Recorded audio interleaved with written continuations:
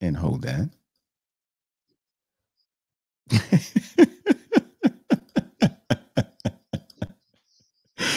All right, welcome back to the third part of this conversation with my brother Lance Brown.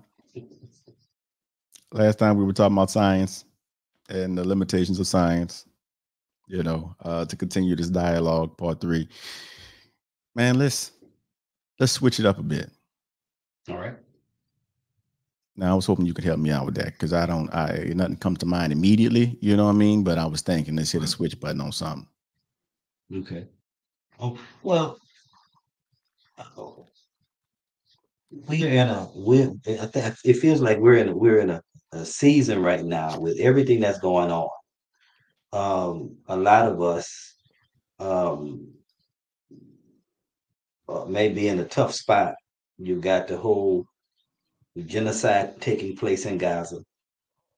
You've got, the political backlash here with, if anybody wanted to know what it looks like for empire to have its fingerprints um, uh, and hand in this kind of a evil stuff, those of us who are in America, Great Britain, and some of these other Western countries who are sitting back, supporting, defending, justifying, and then thinking about what I'm looking at, what's coming down the pike in November here in America with this election.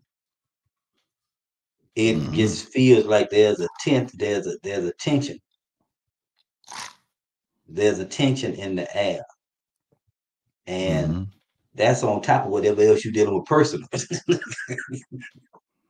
That Mm-hmm. just seems like a lot of uncertainty. Um, and so how do people kind of work through that and not, become overwhelmed and lost in that ocean of emotion? Uh, what do they do with that? Make sure you sign up at becomingoutlier.com. It just seems like a nice time to put a commercial there. Oh my goodness. But what do you do with that? You connect the guides. Yes. You connect the guides. People that can assist you. Mm, There's power in community, and you need mm, guidance. So having people who you may have ignored in the past, but they have something about them where they are intuitively led, such as myself. They may be able to explain some things to you, such as, and then give you guidance on how to cope during this time. They may tell you something like, well, the energies in the universe itself is shifting right now because I feel that. That's exactly like I'm being real. This is what I feel like. There's a major shift that's happening, and if it's happening with us, it's happening everywhere. So this is a shifting period. During a shift, you experience liminal. It could be akin to liminal space. Liminal space is the tension between here and there. And so, to quote Lao Tzu, one of my favorite quotes, it's only when I let go of who I am that I can become who I might be. As this shift is happening, the mind does not like change. It cuts up with change. It scares. The mind becomes scared in this space of change. And so it moves to its ego defenses, projection, repression, escapism. So you're going to see more people lashing out. You're going to see more people using drugs. You're going to see many of us becoming more and more silent and just trying to hold it all in. These are unhealthy ways of coping. A guide will let you know that all of those methods are self-sabotaging. If you lean mm. into the discomfort, freedom exists on the other side of your fears. You got to face it. But yes, this is a time of tension because we're in a time of shifting right now. At least that's what my intuition has been telling me. Now, there ain't no Well, science I book mean, I read that from. Ain't no, right, you know. right, right, right. I think I feel a similar. I have a similar feeling. That's why I brought it up. Um, it, and I mean, and at least for me, it feels like I know there seems to be tension across around the globe, but I live in America, and it certainly feels as if there's something up ahead, and I don't know. I don't know how difficult, I don't know how tumultuous it's going to be, but it certainly feels as if there's something coming down the pipe. And and quite frankly, I don't know how it can be any other way, considering the things that we are seeing right now. Okay, I grew up hearing about, you know, Palestinian and State of Israel conflict. I grew up hearing figures, Yasser Arafat, Yitzhak Rabin, those kind of figures. I've heard about that. Never have I really kind of tuned into that conflict until now. Mm-hmm. And what I'm observing and seeing is just absolutely it's horrible. Mm-hmm. It's unacceptable. Um anyway, you try to look at it, it feels as I just don't understand how people can justify people without an army being bombed. I don't quite understand that.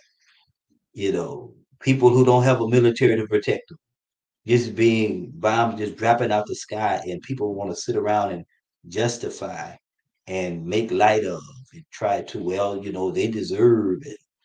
I don't quite get that. And then, since what, October 7th, is that October 7th, over 22,000 human beings, mainly women and children. Come on, man. I don't that don't sit well with me at all. And Yeah. And then the it way that just they tortured the women for hours until, from accounts that I've heard, they asked that they end their life and just stop. So, you know, uh, and and how and can and, you? and, and, and and you put your finger on something. It's going to be more of an atrocity once the full details of it is disclosed and exposed. It's just what I know from the media sources that I look at, but I have no doubt. I mean, you look at the one of the more recent episodes in this whole thing with you have two with three of the Jewish hostages come out with naked or either just with underwear on with signs and speaking in Hebrew. And what does the army do? Shoot them dead. Shoot them dead. And then, oh, we didn't realize they were hostages. Oh, we thought it was somebody else. I'm like, how depraved do you have to be? Two, you say you're looking for hostages, but you turn around in such of a crazy mindset. You so intent on being a killer and being inhumane and being a terrorist and a tyrant. You kill the people you say you're trying to protect and bring back home alive. So let me say this: there's a way that seemeth right to a man, and the end result is But the death. end thereof leads to destruction. That's correct. That's correct. These eyes see distortion. The mind that we have is ethnocentric. It is. Uh, it believes it has a natural. There's a natural pride that the mind carries with it, and that it has to be confident on the choices that it makes. And so it can create a belief and then convince itself that that belief is truth, and then operate in that truth. And you know what? And that is the scary thing about the life of the mind. That is the scary thing about it. You may initially, you may, you may put certain little you may program certain little things in there intentionally. But I think many of us don't fully understand once you do that, that mind begins to work almost like it becomes a second nature based on the stuff you intentionally program. And sometimes you don't realize the end result of this is going to be far more than you expected. And I think a lot of us we don't study the mind. We don't study our minds enough. I'm learning that. I've learned that. I've learned that maybe the last 10 or so years. I'm like, God damn it, we don't quite know ourselves as well as we think we do, and we don't fully understand. And that's one of the scary things. People who know human nature, who study it, and who use it um, to profit or to advance their own agenda. They know how to use it. They know how to program it. They know how to manipulate it. And they also know that ignorance and freedom cannot coexist. Right. So if I know you better than you know you, and I'm not operating from spirit, but I'm operating from ego, which is narcissistic by design, narcissistically energized, I'm gonna be thinking about me with that knowledge. I got you. You know, this is why that message of love is so important, because we need responsible people that know. You know, I mean, the pimping is happening all over the place. You know, these commercials on social media, like just the images. They know if you continually see the same images and play happy songs, euphoric songs that will connect a happiness to an image. You know, I mean, the fact that you can even call fast food a happy meal for me. You know, it's the psychology. Like, think about it, happy meal. Like, you know, so there's a lot of psychology. That's why we have to go deep enough. It's important for us to know more than what we know. Number one rule is know thyself. You know, what did Harry say? You know, or had been credited with saying, at least, which I believe it really talks to the psyche. You know, I freed 1,000 slaves, and I would have freed 1,000 more had they only known there were slaves. They were slaves. You know, so it's at the mind level. And again, going back to our faith, do not conform to the patterns of the world, but be ye transformed through the renewing Of your mind. of the Right. mind. Yeah. And so, without the mind being renewed, we operate according to that level of consciousness, these algorithms and choices that are available at this certain level. So, at the level, like, we can look at the war and we can say so many things that have happened, which are, you know, horrific. We never wish that on ourselves or anybody we love or anybody that we don't love, like, honestly, many of us. But we can look at this and we can understand that this too is an ego mechanism. Now, what conditions are present in these individuals to be conducive to that level of distortion and destruction? When we begin to ask that, because we always talk about these others that create these, that really do atrocious things, as if they are another species other than human. But again, in our faith, it says, for all have sinned and fall Sure. short. Mm-hmm. He that hath not sinned, cast the first stone. And so we can understand more about ourselves if we lean into the discomfort of trying to understand that psyche. And if we can understand them, then maybe we're willing to communicate. And if we can communicate, communication is the lifeblood of any relationship. Maybe we can form a relationship that can lift up the frequency that they're currently resonating on, so they don't operate at that level of distortion, which is really energized by fear. The more egocentric we become, the more full of fear, uh, or the more fear rooted, The more fear energized and fear centered we become, the more we introduce fear into our energetic system. When we come from love, the more chaotic we become, the more violent we become, the more we fall into separateness, seeing you as separate from me, that illusion of separateness. So in that space, we can do atrocious things to each other, but it's a matter of mental conditioning. People have been conditioned to do that, period. You know, and again, I know that's tough. I know it's tough for people to look at that and say that these are humans, but that's our resistance to reality. And because we resist it, it persists. Right. Right. Because we push it away, it comes right back again and again and again. Right. Right. I laugh because there's a way that seems right to us, but it's distorted. It is inaccurate.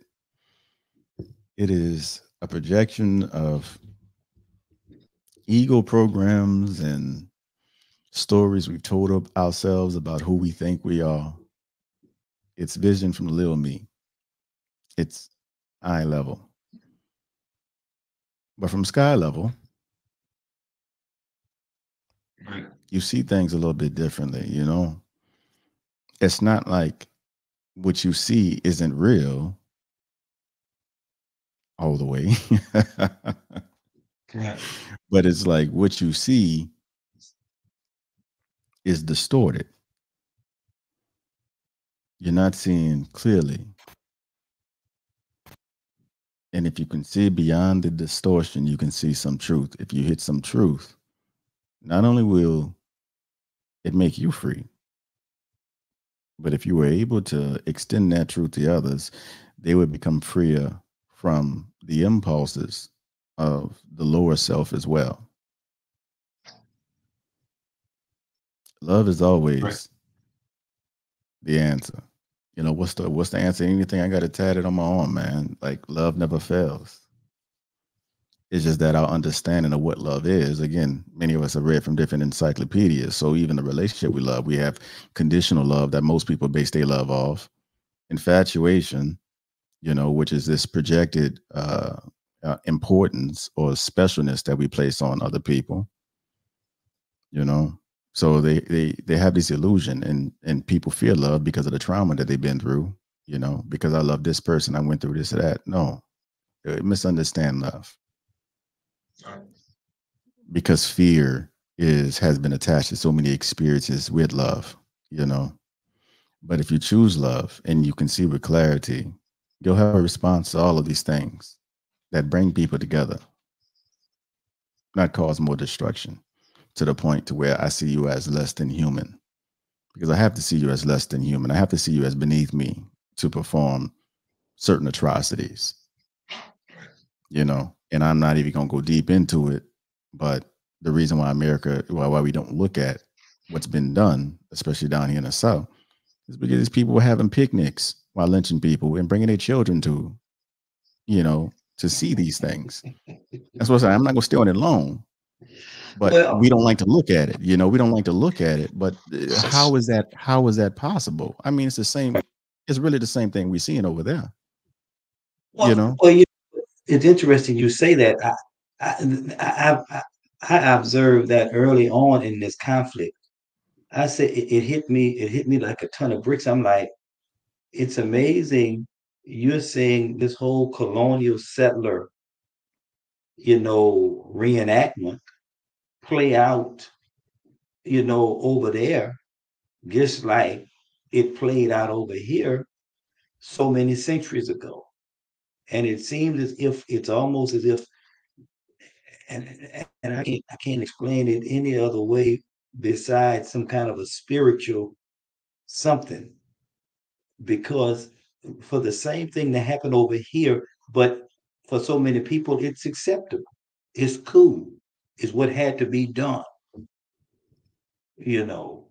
And you see the same thing happening over there, and people try to justify it, try to make light of it, or try to look away, or try to reframe it in a way. Oh, or the atrocities that happened committed by Hamas on October 7th was the beginning of all of this, when in reality, it really started in 1940, 46, 48, whatever it was, it, whatever the year it was, when it, you tried to go you in and may you, displace you may not want to. You may not want to go indigenous too deep. people. May I not know, want to go but it too is deep what it into that. You know what I'm saying? I don't need no is. shit bags No, thrown in no, my front door. And listen, brother, you're correct. You're correct. But it's one of those. It's just one of those spaces in time we're in right now. I think yeah, people of conscience, you can't do anything but be on high alert and really see, boy, it's something. It's a shift, and I don't know if it's a good or bad. I know it's it's a good brother. so. It's a good. It's a good in that when there is misalignment, the universe, life, God always has the conditions set forth already to autocorrect and realign. There, I hope, brother, from your mouth to God's ears, huh? And I think that's true. I believe that as a believer, I do. I guess I suppose I'm just kind of being consumed by my emotions in the present, I know, yeah, and that's either what I'm acknowledging seeing. those. Right, right, right, right, right. We have to be in a space of calmness and clarity, that stillness, so that our passions don't take over and color what it is that we see. And this is this has been a lifelong, like skill development challenge for me, and I failed more times than not. It's only more recently, in the more recent years, especially in the last 12 months, where I've like jumped up level with, okay, what I'm seeing, though I see it and it is real for my mind has no true mechanism in discerning truth from non truth. So I rely on the spiritual truth to tell me what it is that I'm actually seeing, because there's a way that seems right to us. Our understanding is not, it's understanding, and it's not understanding. We stand under the truth. We have no choice. There's truths that exist whether we acknowledge them or not, but we're not living in the truth or standing on top of the truth. Right, right, right, right, right, right, bro. Right, right, right, you know right, right. so when in that stillness speaks, that silence, when you allow everything to clear out, man. And you just got to remind yourself constantly to hold these things in mind, these truths in mind, and then operate from that space. Again, intentionality reflects relationship. Intentionally incorporate mindfulness practices. You know what I mean? Like grounding yourself, because when you amped up, you amped up. And so the best thing that you can do is, because you amped up about something that more than likely happened in the past, or something you're predicting in the future. Even if it's your future present, like coming up real soon, you can ground yourself into the present moment, because the body is always present. So just noticing the sensation of walking and staying with that, noticing the sensation of breathing and staying with that. These things really are like, these will be game changers for us, because these exercises, with the mind being full, mindfulness, with the mind being full, it allows us to gain clarity, to regulate internally, and not be regulated through the external world, but to regulate internally, and then to gain clarity. In that space of clarity, you can see and understand why your mind sees and understands this, that it's looking at this way. And I'm going to have to get off, brother, because it's time to get out the library. Oh, okay, okay, yeah. No, no, but so when you talk about these different practices, a lot of these practices, are they kind of akin to spiritual disciplines and things of that nature? Yes, Yes. It is mind, body, spirit, you know. And when I talk this, I don't even have to say that. I don't it, people that understand truth, they know, you know. Like, and that's why I'm gonna be speaking a lot more. I'm gonna let you go. I know that I'm gonna be speaking a lot more because I realize people need to see me. I need to allow people to see me rather. That's part of my path for whatever reason. And so I'm gonna have these random conversations. I might call you up. Hey, what you doing? I'm in the library. Hey, let's record something. I'm Right, gonna right, do that.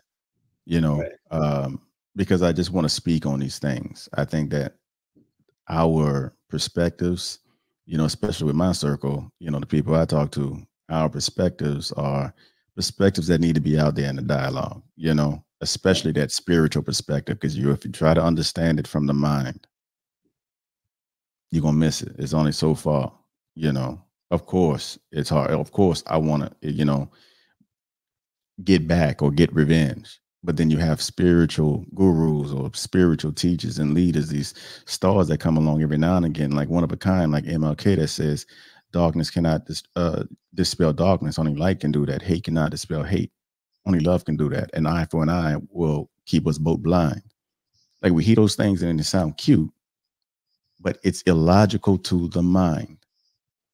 You do something to me, I do something to you, or I make sure you do something that you never do something to me or anybody else again.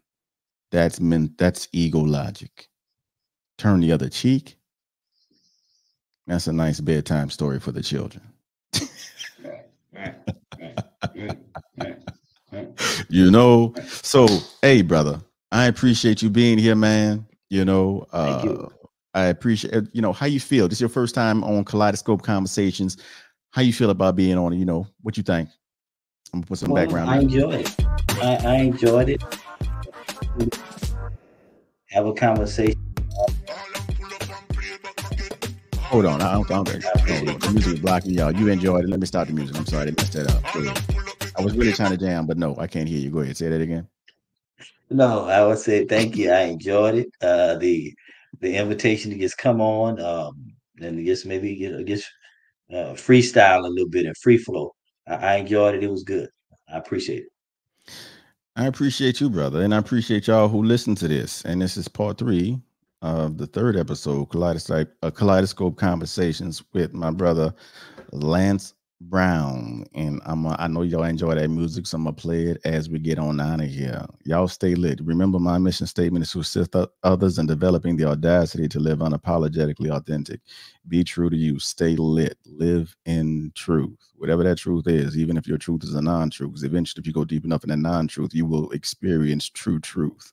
And when you get to that universal axiomatic truth, that truth will make you free. Stay lit. I appreciate y'all.